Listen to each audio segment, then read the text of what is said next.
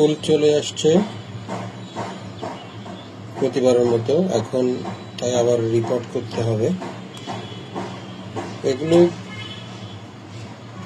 এই ছোট পটে থাকাতে আসলে ঠিকমতো বেড়ে উঠতে পারছে না। তারপর সময় মতো ফুল কিন্তু চলে এসেছে, কারণ সঠিক মিডিয়া ছিল।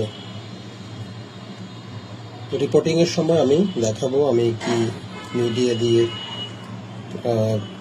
আমার এই ক্যাকটাসগুলো রিপোর্ট করি এবং সেখানে কি কি উপাদান থাকে সেটাও বলে দেব।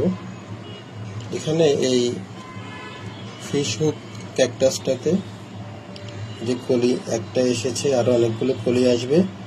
এই ফুলগুলোর কালার হলুদ এবং এগুলো বেশি দিন টিকে না, এই ফুলগুলো মাত্র কয়েকদিন থাকে, তবে ফুলগুলো যথেষ্ট সুন্দর। যারা বারান্দায় স্বল্প আলোতেও ক্যাকটাস রাখতে চান তারা এই ফিশ হুক ক্যাকটাসটি আমি মনে করি তাদের জন্য এটি একটি আদর্শ ক্যাকটাস। এবং এটি একটু যত্ন কম হলেও টিকে যায় এবং ফুল দেয় একেবারে অনবরত।